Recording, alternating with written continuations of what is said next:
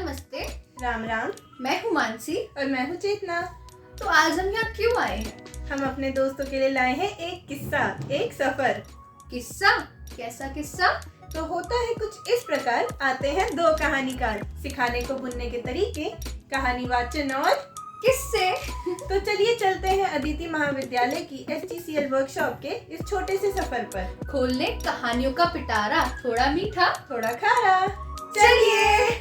तो जैसा कि आप देख सकते हैं, हमारा कॉलेज कितना प्यारा सा और कितना शांत सा है।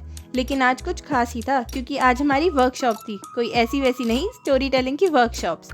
अब स्टोरी टेलिंग की वर्कशॉप में हमें सिखाया जाता कि कैसे किसी एजुकेशनल कंटेंट और टॉपिक को हम कहानी के ज़रिए बच्चों को सिखा सकते हैं। हमारी ये नर्वसनेस बहुत जल्दी दूर होने वाली थी, क्योंकि हमारी स्टोरी टेलिंग वर्कशॉप्स लेने के लिए आ रहे थे पुरानी दिल्ली के टैलेंट ग्रुप से इरशाद आलम खूबी सर और ईशा मैम।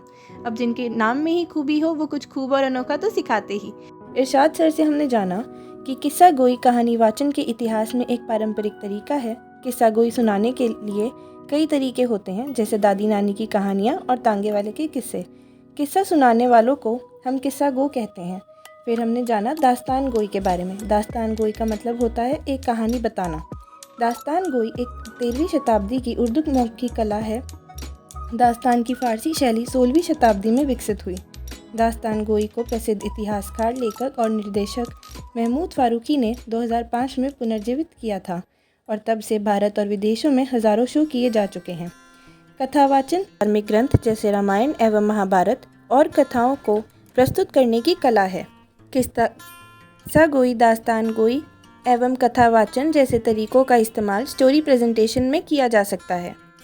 तो आज मैं आप सबके साथ अपना STCL की वर्कशॉप, स्टोरी टेलिंग वर्कशॉप का एक्सपीरियंस आप सब लोगों के साथ शेयर करना चाहती हूँ। तो BLED सेकेंड ईयर में जब हम एंटर हुए थे तो हमें बताया गया था STCL हमारा एक सब्जेक्ट है जिसकी वर्कशॉप्स कंडक्ट होंगी और एक्सटर्नल पर्सन आएगा, रिसोर्स पर्सन आएगा और वो हमारी वर्कशॉप्स कंडक्ट करेगा। तो जब वो वर्कशॉप का हमें एक दिन पहले मैम ने बताया कि हमारी नेक्स्ट डे वर्कशॉप है और हमें 9:30 रीच होना है, तो हम बस यही माइंडसेट बना के आए थे कि स्टोरी टेलिंग की वर्कशॉप है, हमें बताएंगे कि स्टोरी टेलिंग क्या होता है या कुछ तरीके की स्टोरीज़ बताएंगे कैसी होती है, क्या होती है। पर जब इरशाद सर और ईशा मैम आए और उन्होंने हमें बताया कि स्टोरी टेलिंग क्या होती है और वो यहाँ क्या कराने आए हैं, तो उससे हमारा माइंडसेट बिल्कुल चेंज हो गया। ईशा मैम और सर हमें स्टोरी राइटिंग और स्टोरी टेलिंग के एलिमेंट से एनलाइटन कराते हैं। Expressions, ideas, style of delivery, vocabulary, educational content एक मॉडल स्टोरी प्रेजेंटेशन के एलिमेंट्स होते हैं। It's a completely different point of view. I had never experienced these types of workshops before, and these workshops are very amazing and informative at the same time. Thank you. And also it is so creative as well, क्योंकि हम इस aspect में कभी सोचते भी नहीं है। इसमें बहुत ज़्यादा मोरालिटी के साथ चीज़ों को बताना और समझाना पड़ता है। Completely different point of view था। हमने पहले स्टोरी सुनी थी, लेकिन ऐसा नहीं सोचा था कि स्टोरी को कनेक्ट करके भी कोई स्टोरी बन सकती है। कनेक्टिविटी थी, एक न्यू एक्सपीरियंस था और सब कुछ बिल्कुल न्यू था। स्टोरी तो सभी सुनते हैं, लेकिन जो हमने सुना वो बिल्कुल डिफरेंट था। मैंने वर्ड्स को एक्सप्लोर करना सीखा और ज़्यादा जब मैंने स्टोरीज़ बनाई तो मैं और वर्ड्स को सर्च करके उनको यूज़ करने का तरीका सीखा ज़्यादा। स्टोरी टेलिंग और थिएटर बहुत डिफरेंट चीज़ है। हमने सबसे पहले दिन तो ये सीखा था क्योंकि हम लोग स्टोरी टेलिंग और थिएटर दोनों अलग चीज़ें हैं। सबसे पहले दिन हमने ये सीखा क्योंकि हम थिएटर में इतना ज़्यादा ऑलरेडी खो गए थे कि हम लोगों को डिफरेंस नहीं पता चल रहा था कि हम थिएटर ही कर रहे थे। ऊपर से स्टोरी टेलिंग का जो आर्ट है उसको हमने अच्छी तरह से थोड़ा और समझा है कि कैसे हम स्टोरीज़ को पिरो सकते हैं, कैसे अपने इमोशंस को, मॉरल्स को, अलग अलग चीज़ों को हम कन्वे कर सकते हैं स्टोरी के थ्रू। हमने सब सीखा। इसमें ये भी था कि बच्चे जो हैं स्टोरी के जरिए किसी भी चीज़ को बहुत अच्छे से मेमोराइज कर सकते हैं, उनको बहुत अच्छे से ग्रामर सेंस में अगर बात करें बहुत अच्छे से लर्न हो सकता है। स्टोरी राइटिंग में ईशा मैम ने हमें एक अच्छी स्टोरी बनाने के इंग्रेडिएंट्स बताए, जिसमें हम एक फेमस स्टोरी को एज अ मेन प्लॉट लेते हैं। उसमें हम एक या एक से ज़्यादा इंटरेस्टिंग किस्से पिरो सकते हैं और आखिर में ध्यान रखते हैं कि एक किस्से की दूसरे के साथ इंटरलिंकनेस है या नहीं, और एंडिंग से स्टोरी को शुरुआत तक लेकर आते हैं। किस्से में किस्सा, किस्से में किस्सा, किस्से को किसने किससे कहा, किस्से का किस्सा किसने सुना और किस्से का किस्सा किससे बना। मैं हूँ मोना, आई हूँ एक नए अंदाज में आपके सामने लाई हूँ अपने एक ज़िंदगी का एक और किस्सा। आलम खूबी सर और ईशा मैम। कहानी हर इंसान की होती है और कहानियाँ हम सब ने सुनी होती है। इन्हीं कहानियों को दुनिया के सामने बतलाने का तरीका सीखा हमने। किस्से में किस्सा पिरोना सीखा हमने। कहानियों के किरदार को हिस्सा बनाया हमने और ज़िंदगी के हर पल को जिया इस सफ़र में हमने। मेरे नाम को और मेरी पहचान को बखूबी जाना मैंने। एजुकेशनल कंटेंट के बारे में बात करते हुए सर हमें समझाते हैं कि किस तरह शहर के नाम, किसी जगह की कोई खूबी, उस जगह का कोई फैक्ट या लोकगीत, लोक कथाएँ, मुहावरे, लोकोक्तियों, शायरी, पोयम, पहेलियाँ, जानवरों के नाम, गिनती, स्वर, व्यंजन, यहाँ तक कि खाने की चीज़ों को भी इस्तेमाल कर कहानी बनाई जा सकती है, जिसमें हम दादी नानी के नुस्खों का भी इस्तेमाल कर सकते हैं। आज मैं आप सभी को सृष्टि में चल रही अवधारणा बताऊंगी। जवाब भी कॉम्पिटिशन में डाल दिया। चांद की चांदनी में विनती करती विनीता आज का दीपक जलाते हुए भगवान से वो सवेरे की मांग करती है की कल्पना से और चमत्कार कर एक सुंदर पृथ्वी बनाई, जहाँ जन्म हुआ श्री कृष्ण का, श्री कृष्ण और राधा की राखी लगी, और जहाँ आज उनकी आराधना की। सिंपल तरीका अपना नाम बता दिया, मेरा नाम दीपिका है। सर ने बोला आप अपना नाम आप बहुत अलग अलग अंदाज में, मतलब आप उसको बहुत अच्छे तरीके से भी आप बता सकते हैं, उसके भी बहुत सारे तरीके होंगे। तो मैंने सोचा नाम बताने के, सिंपल सा नाम बताने में क्या तरीके और क्या मतलब हो सकते हैं। तो मैंने थोड़ा दिमाग पे जोर लगाया और फिर मतलब अपने नाम की रिडल बनाई, जो फिर मैंने अपने नाम को कैसे मैं रिडल तरीके से सर को बता सकती हूँ। फिर मैंने अपना नाम बताया रिडल्स पे, और फिर कई बच्चों ने पोएम भी सुना, पोएम के ज़रिए भी अपना नाम बताया। कईयों ने मतलब ऐसे ही सबने अपने अपने नाम जोक से कोई सब को अपने नाम और आपके नाम का मीनिंग दोनों से कहानी बनानी है। तो कठिन तो था उस वक्त, तो बहुत ज़्यादा कठिन लगा, लेकिन हमने बनाया, मेहनत की, और जाहिर सी बात है मेहनत करेंगे तो हो जाएगा। तो वो हो गया। तो जब वो हुआ तो हमने सर को प्रेजेंट किया, सर को बहुत पसंद आया, हमें बहुत अच्छा लगा, हमें बहुत अप्रिसिएशन मिली, तो वो तो बहुत ही अच्छा लगा। तो जब हमें वो अप्रिसिएशन मिली उस दिन, तो मुझे ऐसा लगा कि कहानी के डायमेंशंस बदले जा सकते हैं, जो कि ऑडियंस को, सुनने वालों को शायद पसंद आए, उनको हम एक दूसरी चीज़ सिखा सकें। वैसे मानसी, फर्स्ट वर्कशॉप में तूने अपने आप को कैसे इंट्रोड्यूस किया था क्रिएटिव सेंस में? मैंने तो एक पोयम बनाई थी। कैसी पोयम, मुझे भी सुना। माता का एक रूप हूँ, गंगा की एक धार हूँ, मन से प्रकट में होती हूँ, मन की मैं आवाज हूँ, पापा की मैं लाडली हूँ, घर में सबकी प्यारी हूँ। कौन हूँ मैं? मानसी। यस। अच्छा, तूने कैसे इंट्रोड्यूस किया था? मैंने तो एक रिडल बनाई थी। रिडल यानी कि पहेली। पहेली? कैसी पहेली? 3 शब्दों का मेरा नाम, जागरूक रखना मेरा काम, तुम सब में रहती हूँ, अपने मन की कहती हूँ, बताओ मैं कौन हूँ? चेतना। हाँ। हमने जाना कि किस तरह थिएटर में हमें stage area, expressions, actions, props और रोल प्ले के ज़रिए एक किस्से, कहानी या मुद्दे के बारे में बताना होता है। लेकिन जब बात स्टोरी टेलिंग की आती है तो हम एक छोटे कमरे से लेकर सड़क तक, एक बड़ी स्टेज से लेकर एक क्लासरूम तक, कहीं पर भी अपनी कहानी और किस्से को प्रेजेंट कर सकते हैं। स्टोरी प्रेजेंटेशन के वक्त थिएटर और वॉइस मॉड्यूलेशन को एज अ एलिमेंट यूज़ करके हम अपनी स्टोरी को और ज़्यादा बखूबी तरीके से प्रेजेंट कर सकते हैं। आइए देखते हैं कुछ अनोखे किस्से। Hello everyone, so I am Deepa and I would be telling you about my experience of storytelling workshops, जो कि हमारी इशाद सर और ईशा मैम के साथ हुई थी। तो जब स्टार्टिंग से ही जो हमारी वर्कशॉप्स थी वो हमारे लिए कम्प्लीटली न्यू एक्सपीरियंस था। हाँ ठीक है, ये हमारे करिकुलम का पार्ट है और हमें ये वर्कशॉप्स जो हैं वो कंपल्सरीली बेसिस पे अटेंड करनी है। बट अटेंड करने में और हमारा उसके अंदर इंटरेस्ट डेवलप करने में कहीं ना कहीं डिफरेंस था। वर्कशॉप्स जो हैं इस तरह की थी कि हमारा इंटरेस्ट उनके अंदर बहुत जल्दी डेवलप हो गया था, और इससे हम ये चीज़ भी क्लियर कर सकते हैं कि आगे हम बच्चों के साथ हमारा काम है, तो हम ये चीज़ स्टार्टिंग से ही अंदाज़ा कर लगा चुके थे कि किस तरह से ये वर्कशॉप्स आगे बढ़ेंगी। हमें जो फर्स्ट क्लासेस थी, सबसे पहली क्लास थी, उसमें हमने अपनी नेम्स के जो इनर मीनिंग्स थे उनके बारे में जाना। हमें से बहुत लोग ऐसे थे जिनको अपने नेम का एक्चुअल मीनिंग पता भी नहीं था, और शायद वो फर्स्ट टाइम था जब हमने अपने नेम के मीनिंग को उस दिन रियलाइज़ किया। पर उसके बाद नेम से ही स्टोरी बुनना वॉज कम्प्लीटली डिफरेंट एक्सपीरियंस, क्योंकि हमारे ग्रुप्स डिवाइड हो चुके थे। हर एक ग्रुप में 6 से 8 लोग थे, और ग्रुप जो है हमारे इस तरह से डिवाइड हुए थे कि ऐसा ना हो कि फ्रेंडशिप के बेसिस पे ग्रुप डिवाइड हो, और रैंडम जो सिलेक्शन था वो ग्रुप का प्रोसीजर था। आपके ग्रुप हमारे रैंडमली सेलेक्ट हुए थे, तो हमारे लिए रैंडमली था, सर के दिमाग में कुछ हो रही उनका आइडिया था। तो हमारे लिए जो वो ग्रुप्स डिवीजन हुआ, ग्रुप्स में काम करना was not at all easy, but सभी ने कोऑर्डिनेट किया। इवन दो कन्फ्लिक्ट्स हुए, पर सभी ने उससे ओवर कराने की कोशिश की। हर एक क्लास के बाद जनरली मैम और सर हमें यही कमेंट देते थे कि कोई भी दिक्कत हो तो कॉल कर लेना, और दोनों ही यही कहते थे, and both of them appeal to be very helpful from very beginning, और इवन लास्ट वर्कशॉप तक वो हेल्प करने के लिए एकदम रेडी थी। फिर उसके बाद हमें कुछ थीम्स दी गई थी जिन पर हमें स्टोरी बिल्डअप करनी थी।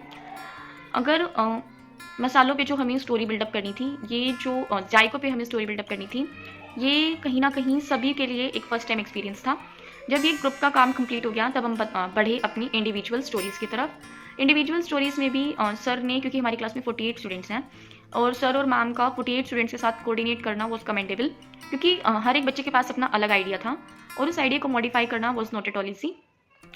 सभी ने अपनी स्टोरी भेजी, सभी को टाइमली रिप्लाई मिला, सभी की मॉडिफिकेशन जो है वो सर ने करा दी, कुछ मैम ने करा दी।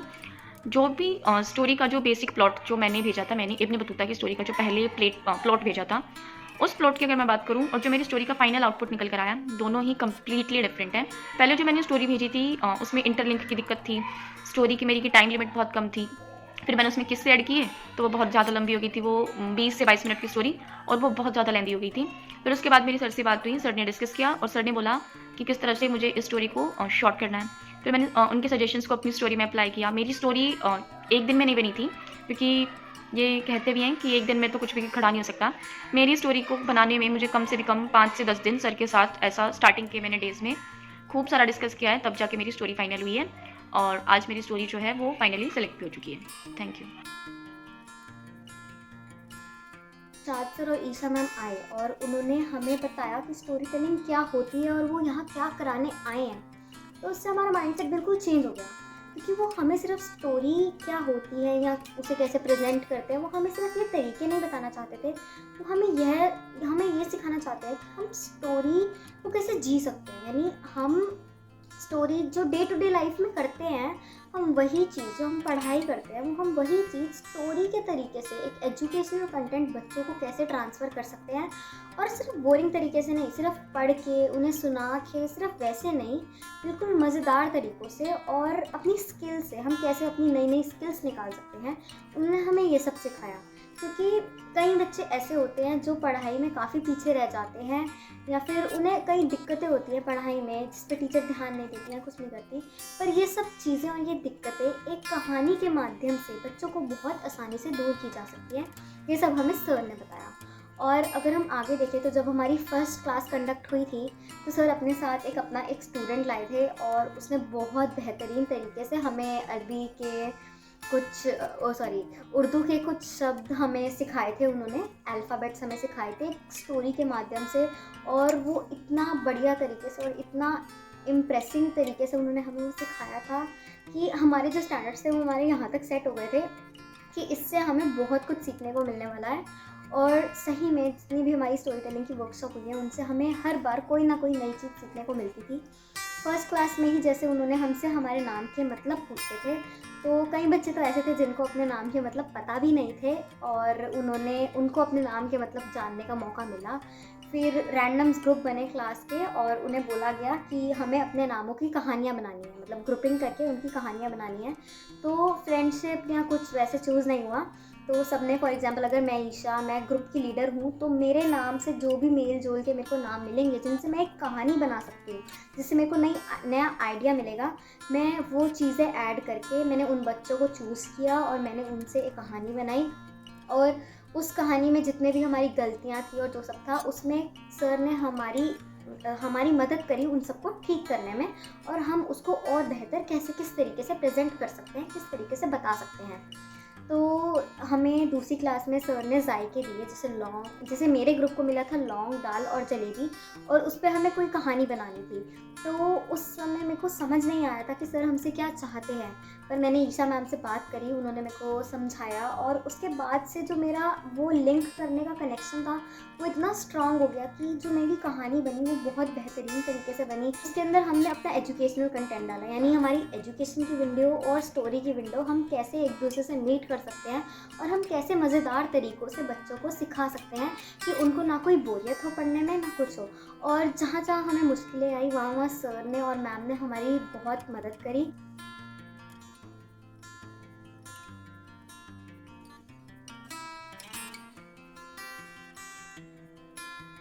तो हमें अपनी इंडिविजुअल स्टोरी पर काम करना था। हमारी इंडिविजुअल स्टोरी का जो स्टोरी प्लॉट था, जो मेन प्लॉट था, वो the Arabian Nights Alif Laila वाली जो कथा है उस पर बनाना था।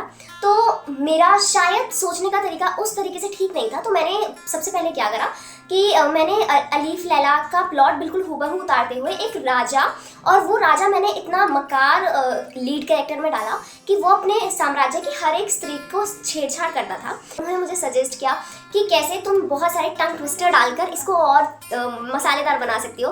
टंग ट्विस्टर शायद मेरी कहानी को सूट नहीं कर रहे थे, मैंने उनको बहुत सर्च आउट किया गूगल से, पर जब नहीं मिले तब सर और मैडम ने मुझे सजेस्ट किया कि उन्हीं टंग ट्विस्टर्स को मैं थोड़ी सी मॉडिफिकेशंस डालकर सूट कर दूं। सर और मैम ने मुझे ये भी सजेस्ट किया कि कहानियों में मैं बहुत सारे पुराने गाने भी डाल सकती हूँ, जिससे बच्चे उसको ज़्यादा रिलेट कर पाएँ और बहुत दिलचस्पी से सुने। तो ये जो चीज़ें हैं जिन पर शायद मैं कभी काम नहीं कर पाती, ये सब पॉसिबल हुआ STCL की वर्कशॉप से। Thank you so much for this lovely workshop. Thank you so much. आज मैं आपको सुनाने जा रही हूँ स्टोरी टेलिंग वर्कशॉप की कुछ किस्से जो कि बहुत मज़ेदार हैं। पहले दिन हमने जाना कि कैसे अपने नाम को पहेलियों के ज़रिए हम बता सकते हैं। कहानी को एक छोटी सी कहानी में बड़े बड़े किस्से या छोटे छोटे किस्से डाल करके हम कैसे उसे मज़ेदार बना सकते हैं। उसके बाद हमने जाना कि कैसे हम कहानी को प्रेजेंट करें, यानी कि हम बैठे बिठाए खड़े होकर भी कहानी प्रेजेंट कर सकते हैं। उसके बाद हम पपेट के ज़रिए और शैडो के ज़रिए और भी अनेकों तरीके हैं, जैसे थिएटर के ज़रिए हम कहानी को प्रेजेंट कर सकते हैं। जाना कि ज़िंदगी भी तो एक किस्सा है, एक कहानी है, और इसके मुख्य किरदार हम खुद हैं। इसी कहानी में बहुत सारे पात्र जुड़ते रहते हैं, जिसमें से सबसे जो प्रभावशाली पात्र होते हैं वो होते हैं हमारे शिक्षक। और हमारे शिक्षक हमारी ज़िंदगी की कहानी में चार चांद लगा देते हैं, और उन्हीं पात्रों में से एक हैं हमारे इरशाद खूबी सर, जिन्होंने हमें स्टोरी टेलिंग करना सिखाया और हमें किस्सों में किस्से कैसे पिरोने हैं ये सिखाया। सो मैं उन्हें इसके लिए बहुत बहुत धन्यवाद करती हूँ। तो ये था मेरी स्टोरी टेलिंग का किस्सा। धन्यवाद। नमस्कार, मैं हूँ स्नेहा पवार और मैं BLED सेकेंड ईयर की स्टूडेंट हूँ। तो चलिए आज मैं आपको STCL वर्कशॉप का किस्सा सुनाती हूँ। तो जब STCL वर्कशॉप का पहला दिन था, तभी से मेरी ज़िंदगी में किस्सों का सिलसिला शुरू हो गया था। पहले दिन तो मेरे जो गुरु हैं मिस्टर इरशाद खूबी सर, वो हमें ये समझाते परेशान हो गए थे कि थिएटर और स्टोरी टेलिंग दोनों अलग चीज़ें हैं, इन्हें साथ में मत जोड़ो। तो इसी प्रकार दिन बीतते गए और हम किस्सों की दुनिया समझते गए। कहानियों को जोड़ना, उन्हें पिरोना, बहुत सारे शब्द और मुहावरों की दुनिया में डूब जाना, ये सब बहुत ही इंटरेस्टिंग जर्नी रही है मेरी। और अगर मैं बात करूँ अपनी, तो मैं एक बहुत ही कैमरा शाय पर्सन थी। तो मैं STCL वर्कशॉप से पहले मैं कैमरा शाय पर्सन थी। तो जब तक सर ने ग्रुप परफॉर्मेंसेस दी थी तब तक तो मैं बची हुई थी, मैं ज़्यादा आगे निकल कर नहीं आती थी क्योंकि मैं कैमरा शाय थी। तो एक दिन सर ने टास्क दे दिया एज एन इंडिविजुअल परफॉर्म करने का। अब तुम टास्क भी ना करो और मार्क्स ले लो, ऐसा तो कभी नहीं हो सकता। तो मुझे करना पड़ा। तो वो टाइम था जब मैंने वो सारी बातें याद की थी जो मैम और सर ने हमें समझाई थी। जैसे किस्सा गोई की जो PDF भेजी थी मैम ने, उन सब में ये डिटेल्स दी गई थी। जैसे स्टोरी टेलिंग, आप एक तो सोलो स्टोरी टेलिंग कर सकते हो, दूसरा आप डुएट कर सकते हो, और तीसरा आप ग्रुप में कर सकते हो। और वैसे ही आप स्टोरी टेलिंग किस किस प्रकार से कर सकते हो, एक तो आप खड़े होकर स्टोरी टेलिंग कर सकते हो, बाकी आप चलते फिरते कर सकते हो, और आप बैठ कर सकते हो। तो मैंने चूज़ किया बैठ कर करना, क्योंकि मैं BLED कर रही हूँ, तो बेसिकली मुझे क्लासरूम्स में स्टोरी प्रेजेंट करनी है, तो वहाँ पर मेरे पास ज़्यादा स्पेस नहीं होगा। तो इस वजह से बैठ कर करना मुझे बेस्ट लगा। तो मैंने बैठ कर ऐसे ही 3-4 दिन पहले तो स्टोरी क्रिएट की, जो सर ने हेल्प की थी, मेरी स्टोरी थोड़ी बहुत क्रिएट की। उसके बाद मैंने कैमरा के सामने बैठ के डरते डरते थोड़ा वीडियो बनाई, और उसके बाद मैंने चेक करवाने के लिए मैम के पास भेज दी थी। उसके बाद जब नेक्स्ट डे मैं उठी, मैंने मैसेजेस देखे और ये देखा कि मैम और सर को मेरी वीडियो अच्छी लगी। मैं शॉक्ड हो गई। तो सर ने मुझे कॉल किया और मुझे बहुत मोटिवेट किया। उसके बाद मेरा कॉन्फिडेंस लेवल यहाँ से यहाँ तक पहुँच गया। तो मैं स्टोरीज़ भी क्रिएट करती थी, प्रैक्टिस करती थी। फिर मैम ने मुझे कुछ स्टोरीज़ दी थी कि आप इस पे एक्सप्रेशंस प्रैक्टिस करो। आप जब स्टोरी टेलिंग करते हो, बहुत इंपॉर्टेंट होता है, मैंने बैठकर चूज़ किया है तो मेरे लिए इंपॉर्टेंट है आपके फेस एक्सप्रेशंस, दूसरा आपकी हैंड मूवमेंट्स, एंड तीसरा आपकी वॉइस मॉड्यूलेशन। तो इस प्रकार मैं धीरे धीरे और प्रैक्टिस करती गई और बेटर फॉर्म में आई। एंड उस दिन के बाद से ही जो कॉन्फिडेंस नहीं था मेरे अंदर वो बहुत हाई चला गया, और जो कैमरा शाय पर्सन था अब वो कैमरा शाय नहीं था।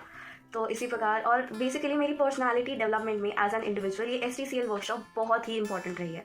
और मैं दिल से शुक्रिया अदा करना चाहती हूँ मेरे सर मिस्टर इरशाद खूबी सर का और ईशा मैम का। Thank you so much sir ma'am. ये स्टोरी सर को भेजी तो सर ने हमें बोला कि अब इसमें हम और कुछ भी कर सकते हैं। फिर हमने टंग ट्विस्टर्स डाले, मुहावरे डाले, लोकोक्तियाँ डाली, बच्चों की लोकप्रिय बोलियाँ डाली, और फिर जो सबसे जो मेन टास्क था ना वो था ये टंग ट्विस्टर होता, क्योंकि टंग ट्विस्टर मेरी स्टोरी के मिल ही नहीं रहे थे, जो गूगल पे मिले वो हमारी कहानी से मिल नहीं रहे थे। तो फिर मैंने, मैम ने, सर ने जो मेरी कहानी के मेन वर्ड्स थे उनको लेकर हमने टंग ट्विस्टर्स बनाए। फिर मेरी कहानी हो गई सिलेक्ट। फिर स्टोरी टेलिंग कुछ हार्ड एंड फास्ट नहीं है, और आगे मैंने सोचा कि आगे जब भी मुझे ज़रूरत पड़ेगी तो मैं ऐसे ही अपने जो स्टूडेंट्स होंगे उनको टंग ट्विस्टर्स के जरिए पढ़ा सकती हूँ, ऐसी ऐसी स्टोरी बना के पढ़ा सकती हूँ। और बस। अभी तक हमने देखे स्टोरी टेलिंग के कुछ अनोखे किस्से। अब जानते हैं उन कलाकार से जिन्होंने हमें किस्सों की इस नई दुनिया से वाकिफ कराया और जो अपने आप में ही एक किस्सा गो है। ग्रुप के नाम से एक छोटी सी संस्था है जिसका काम स्टोरी टेलिंग किस्सा गोई है। हमारा मकसद, वाई मैं ये किस्सा गोई क्यों कर रहा हूँ, उसके पीछे अपनी मेरी हिस्ट्री है कि मैं एक कबीले से ताल्लुक़ रखता हूँ जिस कबीले को शेख फारूकी यानी कि टांगे वाले किस्सा गो के नाम से जाना जाता था। उनका काम टांगे के जरिए किस्से कहानियाँ सुनाना हुआ करता था। तो टैलेंट लगातार टैलेंट स्टैंड करता है team and association, learning education and natural theatre. Natural theatre से मतलब है बच्चों को खेल खेल में जिस क्लास में नींद आती है उसको बोरिंग सिचुएशन को कैसे खेल खेल में बदला जा सकता है। और इसको करने के पीछे मेरा मकसद यही था। मैं क्लास में बहुत शरारती और चुलबुला बच्चा था और मुझे क्लास में पहले ही अपनी क्लास में शरारत की वजह से काफ़ी कुछ स्टार्ट कर दिया। तो मैंने ये सोचा था कि अगर मैं कभी मौका मिले या कुछ ऐसा कुछ हो तो मुझे एक अच्छे उस्ताद मिले, निरंजन गोस्वामी, डॉक्टर आशीष घोष, कई सारे विभा छिब्बर, कई अच्छे उस्तादों की सरपरस्ती में रहकर मुझे सीखने का मौका मिला। तो सोचा क्यों ना अपनी पुरानी दिल्ली में कुछ किया जाए। तो हमने जगह चुनी पुरानी दिल्ली, और जहाँ का एक ट्रेडिशनल तरीका था किस्से कहानियों को सुनाना, हेरिटेज के जरिए गलियों के नामों के साथ जोड़कर सुनाना। तो हम 5 सेंसेस से जोड़कर गली मोहल्लों के किस्से सुना रहे। और जैसे ही हमें अदिति कॉलेज ने और भी कॉलेजेस ने BLED का, जैसे हमें पता चला कि BLED के अंदर भी स्टोरी टेलिंग एक सब्जेक्ट है, तो हमने सोचा क्यों ना वहाँ पर भी जाए। और अदिति कॉलेज में ज़्यादातर दूर की वजह से लोग जा नहीं पाते, तो हमें लगा कि एक अच्छा मौका है हमारे लिए भी सीखने के लिए और समझाने के लिए। और बच्चे बहुत बेहतरीन थे अदिति कॉलेज के, उन्होंने इतनी तेज़ी से पिकअप लिया चीज़ों को। हम उसके लिए अदिति कॉलेज के स्टाफ का, उनके मैनेजमेंट का और खास तौर पर स्टूडेंट्स का, जो लगातार हमारे साथ कई सालों से जुड़कर स्टोरी टेलिंग की वर्कशॉप कर रहे हैं और जिसमें हम वक्त पर नए नए आइडियाज़ निकालते रहते हैं। मकसद है कि टीचिंग मेथड को खेल खेल में कैसे जोड़ा जाए, किस्सा गोई के साथ कैसे जोड़ा जाए, और कथावाचन, किस्सा गोई, किस्से कहानियों के जो पुराने ट्रेडिशनल तरीके हैं उनको मुहावरे, कहावतों, नुस्खों के साथ जोड़कर, यानी जुबान पलट खेल, ऐसे बहुत सारे खेल हैं जिनके जरिए जोड़कर इस वर्कशॉप को, स्टोरी टेलिंग को कैसे मजेदार बनाया जा सकता है। यही टैलेंट ग्रुप और टैलेंट टीम का मकसद है। हम लोग स्टोरी टेलिंग किस्सा गोई एक आर्ट फॉर्म है जिसके अंदर किस्से कहानियाँ सुनाई जाती हैं जो पुराने ट्रेडिशनल तरीके से परंपराओं से चला रहा है, जो बैठकर चलते फिरते और ग्रुप में भी सुनाई जा सकती है। और सोलो और डुएट कई सारे तरीके हैं किस्सा गोई को सुनाने के। ये एक तरह की पुरानी परंपरा है जो पुराने ज़माने में पुरानी दिल्ली के अंदर चबूतरों पे दादी नानियों के जरिए किस्से कहानियों को सुनाया जाता है। वो नुस्खों के जरिए, मुहावतों के जरिए, कहावतों के जरिए और कई सारे ऐसे मजेदार किस्से जो हम आसपास नुस्खे या मुहावरे या जुबान पलट खेल, ऐसे बहुत सारे ट्रेडिशनल खेल हुआ करते थे जिनके जरिए पुरानी दिल्ली के अंदर ही नहीं हमारे हिंदुस्तान में भी अलग अलग जगहों पे अलग अलग तरीके से लोक कथाएं या अलग अलग तरह के खेल गए। तो हम गली मोहल्लों की जो जुबान है उसको सुनाने का जो तरीका था उसको आजकल हम लोग हेरिटेज वॉक के जरिए या किस्सा गोई का जो पुराना ट्रेडिशनल अंदाज है उसके अंदर स्टोरी टेलिंग के तरीके से इसको सुनाने की कोशिश करें। टैलेंट ये क्यों सुना रहा है इसके पीछे मेरा खुद का अपना एक किस्सा है। बचपन में मुझे क्लास में नींद आती थी, बोरिंग लगता था, लेकिन मुझे अच्छे उस्ताद मिले जो कथावाचन फॉर्मेट में या बहरूपीय फॉर्म में पद्मश्री डॉक्टर आशीष झा, निरंजन गोस्वामी, कई अच्छे उस्तादों की तालीम मिली। तो सोचा क्यों ना हमारी अपनी पुरानी दिल्ली की जो परंपरा है किस्सा गोई, जो किस्से कहानियाँ सुनाने का तरीका था, उसको आगे बढ़ाया जाए। तो जैसे ही पता चला कि अलग अलग कॉलेज BLED डिपार्टमेंट जैसे अदिति कॉलेज और भी अदर कॉलेजेस ये सब कर रहे हैं, हमें मौका मिला। और अदिति कॉलेज में ज़्यादातर लोग नहीं जा पा रहे थे दूर की वजह से या और कई कारण थे, लेकिन हमें जो मौका दिया वहाँ के स्टाफ और मैनेजमेंट में, हम उनका खास तौर पर पूनम जादव मैम और इसके अलावा जो समय समय पर जो भी इंचार्ज रहे जिसमें अभी गोमती जी, हम उनका भी धन्यवाद प्रकट करते हैं उन सबका जिन्होंने हमें वक्त वक्त में मौका दिया। यहाँ के बच्चों के साथ काम करके एक मज़ा आता है और अपनी शैली को, किस्सा गोई को कैसे स्टोरी टेलिंग के अंदर यूज़ किया जा सकता है और मुहावरे, कहावतों और नुस्खों के साथ, जुबान भाषा के खेलों के साथ खेल जा सकता है, यानी कि स्टोरी के साथ साथ एकेडमिकल करिकुलम को कैसे खेल खेल में आसान से मुश्किल बनाया जा सकता है। इस कई सारे मेथडों पर हम लोग कहानी वाचन और कहानी लेखन के तरीकों पर किस्सा गोई के अंदाज में लगातार काम कर रहे हैं। और उसके लिए हम जितने भी अदिति कॉलेज के बच्चे हैं उनके साथ काम करने में नए नए आइडियाज़ के साथ लगातार मज़ा आता रहा। उसके लिए हम तहे दिल से शुक्रगुजार हैं उन सभी का। सर की गाइडेंस से और सर के अनुसार जिन बच्चों ने डॉक्यूमेंट्री को सफल बनाया, चलिए उनसे मिलते हैं। हेलो एवरीवन, मैं हूँ Chetna Nain, BLED second year group 3 से। तो STCL की इस डॉक्यूमेंट्री में मैंने as a script writer perform किया है। ये मेरा एक नया टैलेंट था जो कि मुझे पता चला सर की हेल्प से ऑब्वियसली। तो जब हमें इस डॉक्यूमेंट्री को बनाने का मौका मिला, अपॉर्चुनिटी मिली, तो मतलब मेरी फ्रेंड ने मुझे कहा कि यू शुड ट्राई, तो मेरे को बहुत सारे आइडियाज़ थे, बहुत ही सारे, तो मैंने वो सर से शेयर करे, उनके बारे में बातचीत करी, सजेशंस लिए, ओपिनियंस दिए और उसकी मदद से मैंने इस पूरी डॉक्यूमेंट्री की स्क्रिप्ट लिखी। बाद हमने देखा कि किस तरह रिसोर्सेज की हेल्प से हमने इस डॉक्यूमेंट्री में काम किया। Resources as in the sense कि मैंने यूट्यूब, गूगल से कई सारी चीज़ें देखी, जैसे कि किसी एक टॉपिक के बारे में बात करना, उसके बारे में लिखूं क्या मैं, कि वो चीज़ मैं अपनी डॉक्यूमेंट्री में डाल पाऊँ, उससे रिलेटेड चीज़ें कहाँ से लूँ। तो यूट्यूब एज अ मीडियम बहुत हेल्पफुल था, बहुत अच्छा प्लेटफॉर्म था। हेलो एवरीबॉडी, मेरा नाम मानसी है। मैंने डॉक्यूमेंट्री में अपना एडिटिंग का अपना योगदान दिया था। सर के बताए अनुसार, सर के सुझाव के अनुसार मैंने एडिटिंग करी। बहुत चैलेंजिंग था एडिटिंग करना, काफ़ी टफ था, क्योंकि आपको बच्चों की वीडियोस लेना, वीडियोस को मर्ज करना, उसको टाइम के हिसाब से सेट करना बहुत ज़्यादा टफ था। बट मैंने कुछ न्यू सीखा और इसने मेरे टैलेंट को भी उभारा। और दूसरी चीज़, मुझे इस चीज़ का रियलाइज़ हुआ कि एजुकेशन कभी नहीं रुकती, हम चाहे स्टॉप क्यों ना हो जाए। मतलब पेंडेमिक के बाद भी एक ऑनलाइन प्लेटफॉर्म, ऑनलाइन एजुकेशन ने सब कुछ बदल दिया और उससे हमें पता चला कि हमें असाइनमेंट देने के, असेसमेंट के बहुत सारे तरीके भी हो सकते हैं। Thank you. First of all good morning everyone, मैं स्नेहा भाटी आज आपके सामने कुछ अपने एक्सपीरियंस और कुछ एक किस्सा जो सर ने मुझे दिया था एज अ डॉक्यूमेंट्री के फॉर्म में शेयर करना चाहूँगी। फर्स्ट ऑफ ऑल मैं थैंक यू करना चाहूँगी सर को कि सर ने मुझे इतना समझाया कि मेरे अंदर इतनी कैपेबिलिटी है कि मैं इस डॉक्यूमेंट्री को बना सकूँ। और STCL वर्कशॉप का मेरा सफ़र अभी तक का बहुत अच्छा रहा। मैंने बहुत सारी चीज़ें सीखी, जैसे कि मेरी जो राइटिंग स्किल्स है वो काफ़ी अच्छी है, जिससे कि मुझे ये पता चलता है कि मैं आगे किसी इन फ्यूचर किसी भी फील्ड वर्क में जहाँ राइटिंग या स्क्रिप्ट राइटिंग का काम है या किसी चीज़ को हैंडल करने का काम है, मैं वहाँ अपना योगदान दे सकती हूँ। मुझे इसके डॉक्यूमेंट्री के थ्रू मुझे ये पता चला कि मेरे अंदर एक लीडरशिप क्वालिटी है, जो कि सर ने मुझे एक मौका दिया अपनी इस क्वालिटी को एनहांस करने का। अब डॉक्यूमेंट्री में हमने बहुत सारा, मेरी टीम ने, मैंने काफ़ी ज़्यादा हमने वर्क करा। जैसे मानसी ने एडिटिंग करी, चेतना ने हमारी स्क्रिप्ट राइटिंग करी और मैंने उनको डायरेक्शन दी और रिसर्च वर्क करा। रिसर्च वर्क बहुत कठिन था, लेकिन कोई नहीं, ये तो हमारा एक पार्ट है लाइफ का, कठिनाइयों से खेलना। तो रिसर्च वर्क में मैंने डिफरेंट डॉक्यूमेंट्रीज़ देखी कि डॉक्यूमेंट्रीज़ आखिर बनती कैसे है और उसको एक किस्सा फॉर्म में कैसे ला सकते हैं। इस पूरी चीज़ को डायरेक्शन देते हुए, सर की और मैम की हेल्प लेते हुए मैंने ये डॉक्यूमेंट्री बनाई एंड आई होप आप सबको ये बहुत पसंद आया होगा। Thank you so much. चलिए देखते हैं कुछ असेसमेंट के तरीके।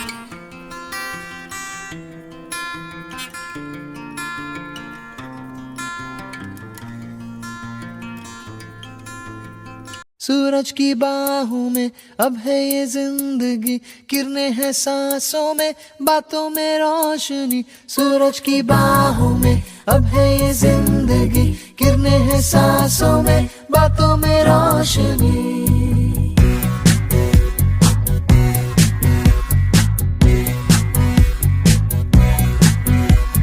जो ही बदली दिल की ताल है, आहा यूं ही आया एक ख्याल